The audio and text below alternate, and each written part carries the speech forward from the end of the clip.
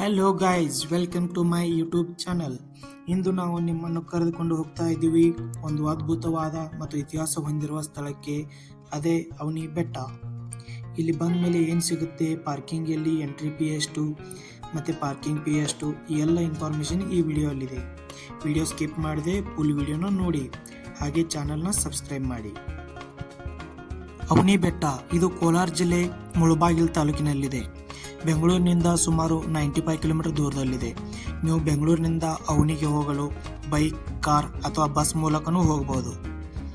Trekking ಲವರ್ಸ್ಗೆ ಇದು ಒಂದು medium level trekking ಕೂಡ. ಬೆಟ್ಟ ಹತ್ತಲು ಸುಮಾರು 1 ರಿಂದ 1.5 ಗಂಟೆ ಬೇಕಾಗುತ್ತದೆ. ಮಧ್ಯದಲ್ಲಿ ಬಂಡೆ, ಗುಹೆಗಳು ಮತ್ತು ನೇಚರ್ ಮಾತ್ರ ಸೂಪರು. ಮಳೆ ಇದ್ರೆ ಸ್ವರ್ಗನೇ. ನೋಡಿ ಹೇಗಿದೆ.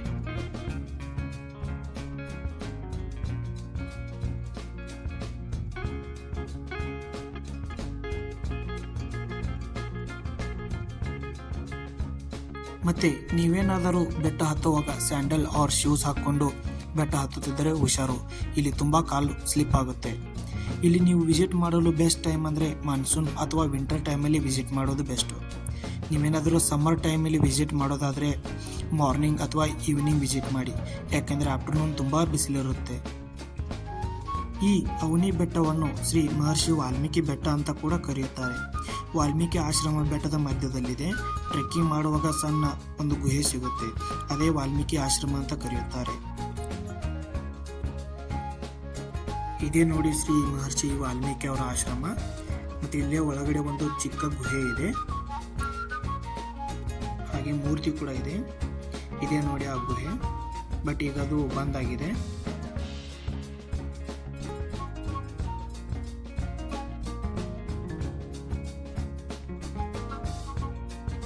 ಹಾಗೆ ಇಲ್ಲೇ ಪಕ್ಕದಲ್ಲಿ ಪಾಂಡವರ ಆಶ್ರಮ ಕೂಡ ಇದೆ.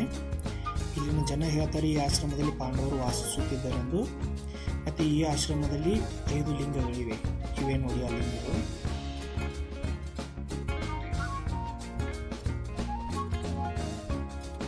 ಹಾಗೆ ಹೊರಗಡೆ ಬಂದು ಲೆಫ್ಟ್ ಟರ್ನ್ ಹಾಕಿ ಸ್ಟ್ರೇಟ್ ಬಂದು ಮತ್ತೆ ಲೆಫ್ಟ್ ಟರ್ನ್ ಆದರೆ ಅಲ್ಲಿ ಒಂದು ಏಕಾಂತರಾಮಸ್ವಾಮಿ ಟೆಂಪಲ್ ಇದೆ. ಇದನ್ನು ಚಾಲುಕ್ಯರ ಕಾಲದಲ್ಲಿ ನಿರ್ಮಿಸಿದ್ದಾರೆ, ಅಂದರೆ ಸುಮಾರು 10ನೇ ಶತಮಾನದಲ್ಲಿ ನಿರ್ಮಿಸಿದ್ದಾರೆ. ಏಕಾಂತ ಮೀನ್ಸ್ ಶಾಂತ, ತಪಸ್ಸಿನಲ್ಲಿರುವ ಎಂಬರ್ಥ. ಇಲ್ಲಿ ಶಿವನಿಗೆ ಏಕಾಂತ ಸ್ವಾಮಿ ಎಂಬ ಹೆಸರಿನಲ್ಲಿ ಪೂಜೆ ನಡೆಯುತ್ತದೆ. ಹಾಗೆ ಹೊರಗಡೆ ಬಂದು ರೈಟ್ ಟರ್ನ್ ಆದರೆ ಸೀತಾಮಾತಾ ನಿಲಯವಿದೆ. ರಾಮಾಯಣದ ನಂತರ ಶ್ರೀರಾಮನು ಸೀತೆಯನ್ನು ಅರಣ್ಯಕ್ಕೆ ಕಳುಹಿಸಿದಾಗ ಸೀತಾದೇವಿಯು ಶ್ರೀ ಮಹರ್ಷಿ ವಾಲ್ಮೀಕಿಯವರ ಆಶ್ರಮದಲ್ಲಿ ವಾಸವಿದ್ದರೆಂದು ಇಲ್ಲಿನ ಜನ ಹೇಳ್ತಾರೆ.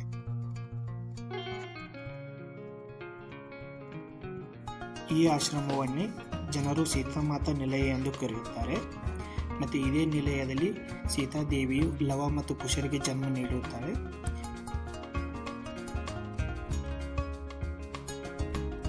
ಹಾಗೆ ನಿಲಯದಿಂದ ಹೊರಗಡೆ ಬಂದರೆ ಮಸ್ತು ವೆದರ್ ಗುರು. ಹಾಗೆ ವ್ಯೂ ಪಾಯಿಂಟ್ ಕೂಡ ಅಂತಾನು ಹೇಳ್ಬೋದು.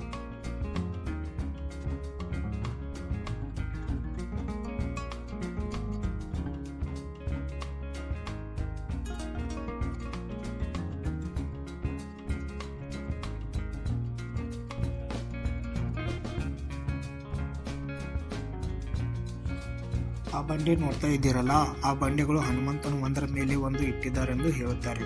ಏಕೆಂದರೆ ಅಶ್ವಮೇಧ ಯಾಕಾಗಿ ಶ್ರೀರಾಮನು ಕುದುರೆಯನ್ನು ಬಿಟ್ಟಿರ್ತಾನೆ, ಆ ಕುದುರೆಯನ್ನು ಲವಕುಶರು ಹಿಡಿದು ಕಟ್ಟಿ ಹಾಕಿರುತ್ತಾರಂತೆ. ಆವಾಗ ಯುದ್ಧವಾಗುತ್ತೆ. ಆ ಯುದ್ಧವನ್ನು ಸೀತಾದೇವಿಯು ಮೇಲಿಂದ ಕುಳಿತು ನೋಡ್ತಾರಂತ ಕಥೆಗಳು ಹೇಳುತ್ತವೆ. ಹಾಗೆ ಸ್ವಲ್ಪ ಮುಂದೆ ಬಂದು ಮೇಲೆ ಬಂದರೆ ಲಕ್ಷ್ಮಣ ತೀರ್ಥ ಸಿಗುತ್ತೆ. ರಾಮಾಯಣ ಪ್ರಕಾರ ಸೀತಾದೇವಿಯು ಅವನಿ ಬೆಟ್ಟದಲ್ಲಿ ವಾಸಿಸುತ್ತಿದ್ದಾಗ ಅವರಿಗೆ ದಿನನಿತ್ಯದ ಉಪಯೋಗಕ್ಕೆ ನೀರು ಬೇಕಾಯಿತು. ಆವಾಗ ಲಕ್ಷ್ಮಣನು ತನ್ನ ಅಸ್ತ್ರವನ್ನು ಅಂದರೆ ಬಾಣವನ್ನು ಭೂಮಿಗೆ ಹೊಡೆದಾಗ ಅಲ್ಲಿ ಒಂದು ನೀರಿನ ಕೆರೆಯೇ ಬಂದಿತು. ಈ ನಿರ್ಮಾಣವಾದ ಕೆರೆಯನ್ನು ಜನರು ಲಕ್ಷ್ಮಣ ತೀರ್ಥ ಎಂದು ಕರೆಯುತ್ತಾರೆ.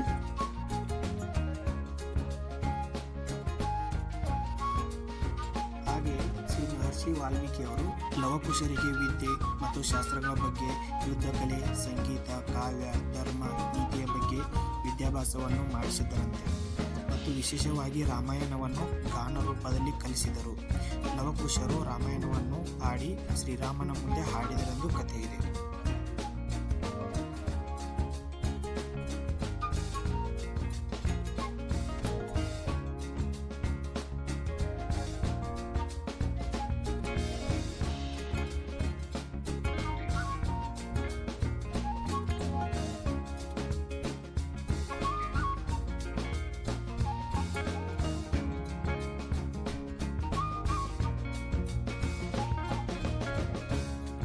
ಈ ಕೆರೆಯನ್ನು ಕಮಲ ತೀರ್ಥ ಎಂದು ಕರೆಯುತ್ತಾರೆ, ಏಕೆಂದರೆ ಇಲ್ಲಿ ಯಾವಾಗಲೂ ಕಮಲದ ಹೂಗಳು ಹರಿಯುತ್ತವೆ.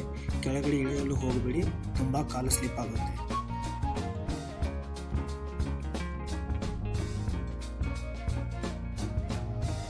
ನೀವು ಟ್ರೆಕ್ಕಿಂಗ್ ಮಾಡುವಾಗ ಸುಸ್ತಂತೂ ಆಗೋದೇ ಇಲ್ಲ, ಯಾಕೆಂದರೆ ಅಲ್ಲಿನ ವ್ಯೂ ಪಾಯಿಂಟೇ ಆಗಿರುತ್ತೆ.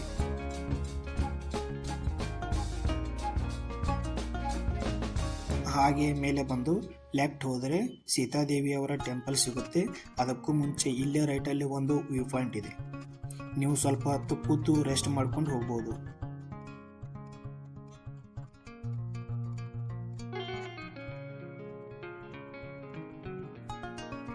ಈ ವ್ಯೂ ಪಾಯಿಂಟ್ನ ನೋಡಿ ಹಾಗೆ ಟ್ರೆಕ್ಕಿಂಗ್ ಸ್ಟಾರ್ಟ್ ಮಾಡಿ ಟಾಪಲ್ಲಿ ಬಂದರೆ ಇಲ್ಲೇ ಮೇಲೆ ಬಂದು ಲೆಫ್ಟ್ ಟರ್ನ್ ಆದರೆ ಸೀತಾಮಾತಾ ಸನ್ನಿಧಿಗೆ ಹೋಗುವ ದಾರಿ ಅಂತ ಇದೆ.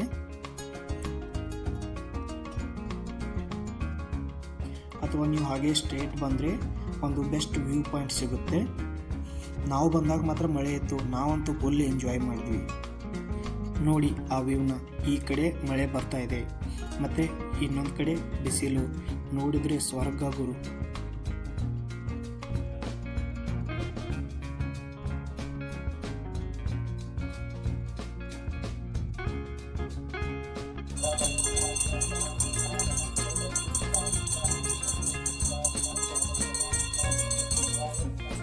ಫ್ರೆಂಡ್ಸ್, ನಾವು ಬೆಳಗ್ಗೆ 7 ಗಂಟೆಗೆ ಬೆಂಗಳೂರಿಂದ ಹೊರಟಿದ್ವಿ. ಸುಮಾರು 10 ಗಂಟೆಗೆ ಹೋಗಿದ್ವಿ. ಸ್ವಲ್ಪ ಮಳೆ ಇತ್ತು, ಟ್ರೆಕ್ಕಿಂಗ್ ಕೂಡ ಸೂಪರ್ ಆಯಿತು. ನೀವು ಬೆಂಗಳೂರು ಕೋಲಾರ ಮಿಡಲಲ್ಲೇ ಬ್ರೇಕ್ಫಾಸ್ಟ್ ಅಥವಾ ಲಂಚ್ ಮಾಡ್ಕೊಂಡು ಹೋಗಿ.